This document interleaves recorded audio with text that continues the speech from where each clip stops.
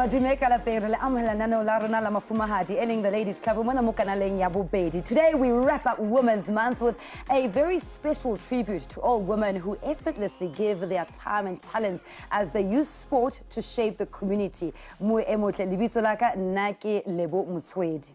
As Madiba says, sport has the power to change the world. August has been an incredibly special month for the women in our country. It's been a month that has celebrated the fearless spirit of those ladies who marched on the Union buildings back on the 9th of August in 1956, protesting against the past laws. TLC celebrates all the brave women then and all the brave women that have come after them, especially in sport, and those that continue to push the societal boundaries. My name is Valen Kirtley, and it's so good to be with you here on the Ladies Club. Remember, you are invited to get involved in our conversation. On Twitter, it's at sports at SABC, at Lebo Mutswedi, at Valen Kirtley. And we're also on Facebook. Just use our hashtag the Ladies Club. Absolutely. Looking forward to it because today we chat about women using sports to really shape the community. And sport has this amazing thing and a unique way of making a positive impact and contribution in society, whether it's helping children, communities, and even nations all around. Sport makes a difference every single day. I can't wait to speak to our guest because our guest today is Marina Delange.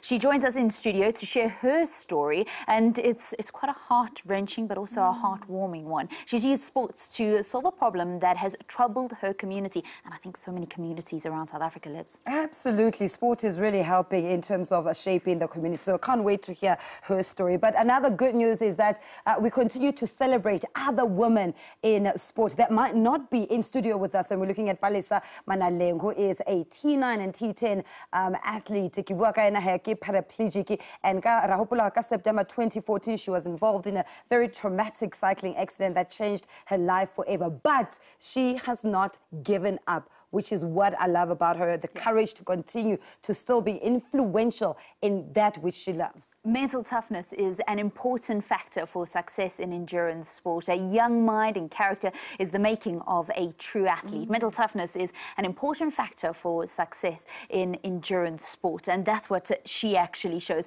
But as we celebrate these women, and it's something that we've brought onto the Ladies Club, is celebrating different women at different times, you know. So can I just say, you know, our guest, Dumasane Chauke, you know, a week after she was on our show, she then got engaged. So massive congratulations to Dumasane. Yes. I can't believe we missed that one. Yeah, well, we were just a week late because otherwise then we were going to have like 3 engagements that we spoke about here on the Ladies Club. Wow, congratulations. But, congratulations to Dumasane. And do you remember when we had Rafiwa Jani? Yes.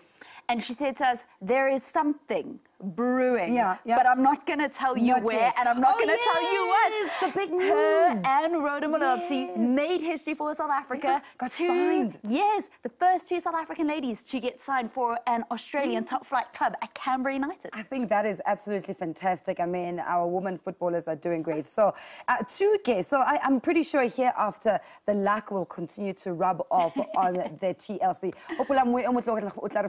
On social media platforms, CK8 Valen Kirtley at Lebo Mutswedi, sebedisang hashtag ya rona eleng the Ladies Club.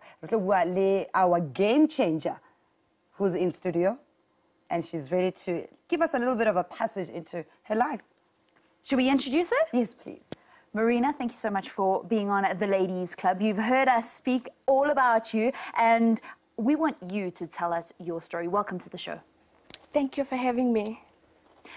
Where does your story start? Because you've used this tool that so many people have been able to use in the past, and that is sport, to make such a massive contribution in your community. My story starts way back in 2013 when I started my little soccer club called Caldonia Utd. It started with me having a lot of pain in my heart. And me wanting to help just one mom not to sleep with tears in her ears. The epidemic of drugs came knocking at my door. My son got hooked on drugs when he was 16 years old. So in 2013, I actually found out about his problem. So I thought to myself, you know what, I still have another little boy coming up. What can I do? I started researching what drugs does to children and why they start using drugs in the first place. And in my area, there was no extramural activities at all.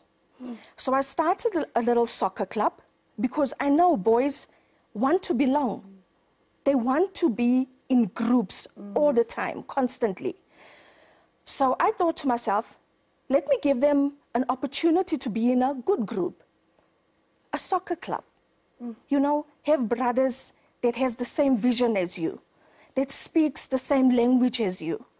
And if I have them, like, you know, in an area where I can control them and teach them about the ills of drugs and what drugs really do, I thought to myself, you know what, Marina, just go and do it. You are needed, and as broken as you are, just do it for somebody else then, if it's not for your own child. Wow, Marina, what an incredible, incredible story.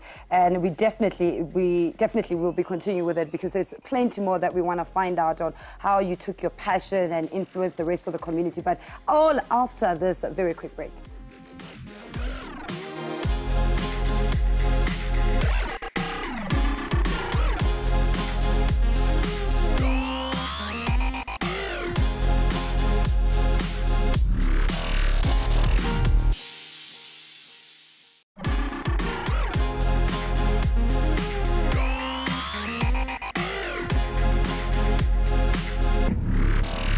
Welcome back. You're watching The Ladies Club. We still got our game changer, Marina Delange, who just gave us a taste of her story. We're going to continue that conversation in just a short while on how she has used sport and football in particular to combat the scourge of drugs in her community. Remember, you can get involved in the conversation, hashtag The Ladies Club on Twitter as well as on Facebook. And speaking of really influential women in sport, JVWFC founder Janine van Wyk has said her sights on launching a complete academic and football curriculum for a select group of 20 lead girls at the newly formed Specialist Sport and Cultural School, ESCA, at Wanderers. This is really incredible work. Yeah, the program is scheduled to start in October, with girls being offered a range of curriculum options, from Cambridge CAPS to the American GED School Leavers Certificate. This is something that's absolutely brilliant. Groundbreaking. Yeah, and you know what I love is that we've got our sports ladies now really living that motto that we do well on the sports field, but we also look after our academic life. I like that. I really think she's doing phenomenal stuff. But let's bring it back home here to you, Marina. You started with such an important journey as to why you got involved within sport to change the lives of people around you, but it all started at home. The passion for sport itself, has it something that you've always looked at to say, this can change my environment and community around? Definitely, yes. I thought to myself, you know what, if you're going to build the boy child, you must build him completely. Spiritually, physically, mentally. So that's where sports come in. Because, I mean, if a child is, you know, involved in sport, he knows that he's got a family around him that he can speak to if he can't speak to somebody at home. And he knows that, you know what, if I have a bad day today, if I have a bad game today, it doesn't mean my life is bad. We push it at the back of our minds and we move forward. So I think, you know, sport really is needed in communities that are busy breaking down to build up the boy child, because the boy child is the target for the drug dealers. And also, they're important when we speak about empowering women. There's a beautiful quote that I love from Dr. Mampela Rampele, that she says that in order for us to truly be empowered, we need to teach the boy child how to deal with empowered women. And I suppose that's also something when you look at the holistic development of boys, which is what you're doing. But I want to know, where are your two boys now? What's been the impact of all of your activities with the Caldonia United Football Club? Okay, the big one is still on and off. My small one, he just came back from China with me. So he played in the Junior World Cup, the Gaotia Cup in China. He was part of the team that went through to China. I had 16 boys with me from the whole of Ekurhuleni. I source them from Eastern's football club. They get the boys from the different schools on the East End in Ekurhuleni. So the little one is doing great. And he's with Jomo Cosmos at the moment. He plays for Jomo Cosmos, the academy. So, you know what, he just took everything that I'm doing and he's just flying with it. But my big one, really, truly, I'm still struggling. It's a journey, though. It's a journey. Yes, it is. And you know what? Until you get to face the demon of drugs, I don't think you fully understand that today he's clean, next week he might not be clean. So, as you said, Lebu, it's a journey. And you know what? I gave up at one point because facing the fact of a child that you love becoming everything that you hate, I think that's something that I don't want any other mother to go through. Sure. Let's also talk about the goodness that's come out of this, because I know you're more than just involved with Jomo Cosmos Academy. Besides your son being there, what is your involvement with the Black Prince of SA? I love him. Yes. Let me start off by saying, Dr. Sono, I love him. He's my mentor. Yes. Before I went to China, I contacted him and I said to him, you know what? When I come back, I will avail myself to anybody out there because I do motivational speaking, I do drug education. So if I'm needed anywhere, call me. I'm available. And you know what? He is so strong. He's got a backbone of note. Yeah. I mean, that guy, I don't know, he's been through storms that I think I will not come back from. But he is my mentor and he does give me direction all the time. It's amazing what you've been able to do over the last 5 years. And if you think about it, it's not really that long since you actually came up with the idea of, I'm going to start a football club. I don't want other moms to go through this, so I'm going to start this football club so that I can holistically develop boys. And how did it go from just getting boys involved in sports so that they had other boys and a better group of friends to this high performance club, which is now going and representing the country in China? There were struggles. There's a lot of struggles because, I mean, they depend on me financially, me alone. And I want to say to the corporates, you know what? Let's get the boys ready for the world stage at this age. Because when a boy flies, when he's 23 years old, to go play the World Cup, he's not gonna, how can I say, he'll fail. Because when he gets there, it's all the nerves, all the tension. You don't know what's actually happening. But getting them ready from a young age and putting them on the world stage. Because at the Gotia Cup, we were faced with, you know, Croatia was there, Sweden was there, America was there, Japan was there, Korea was there. Korea actually kicked us out of the quarterfinals. Yeah. So, I mean, when a child gets that experience at such a young age, I mean, when he turns 23, he's been to the World Cup 9 times already. So what do you get? You win all the way.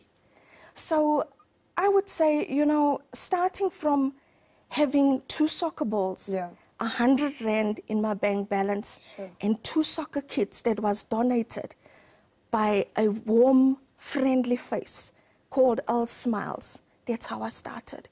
So mummies, if you're listening, and if you want to start something in your community that will keep the boy child busy, start with the 2 soccer balls, start with the 100 Rand. I'm telling you, God always makes a way if there's a soul that is available and willing. Absolutely. Now, it's that special part of the show also where we zoom in on a lady who has blazed the trail in the sporting world, and our superstar today, Ke Mpho Makhoba. Makuba is a leading local tennis match official who has made it her lifelong mission to uplift kids from townships through sport. She started playing tennis when she was just 14 years old with very little support from her family. Incredible, and it is for this reason that she's working hard to raise awareness about tennis in South Africa and of the opportunities that are there and are available to everyone. You know, last year she won her second Gauteng Sport Award under the Technical Official of the Year category. She was also named the 2017 Women of the Year at the G Sport Awards. Let's continue to salute these women, Valen. Let's continue to put a spotlight on the incredible women of South Africa. Quick break. When we come back, we're wrapping things up from studio.